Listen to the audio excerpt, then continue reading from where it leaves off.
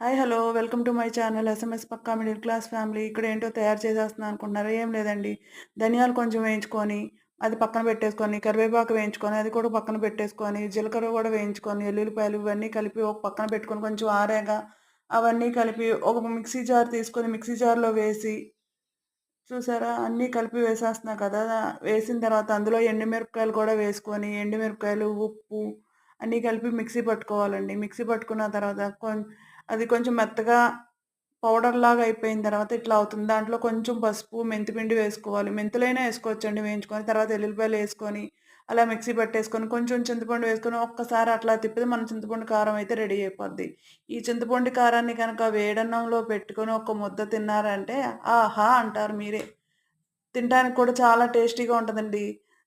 నచ్చితే గనక కామెంట్ పెట్టండి. లైక్ చేయండి. సబ్స్క్రైబ్ చేసుకోవడం మర్చిపోకండి. బాయ్.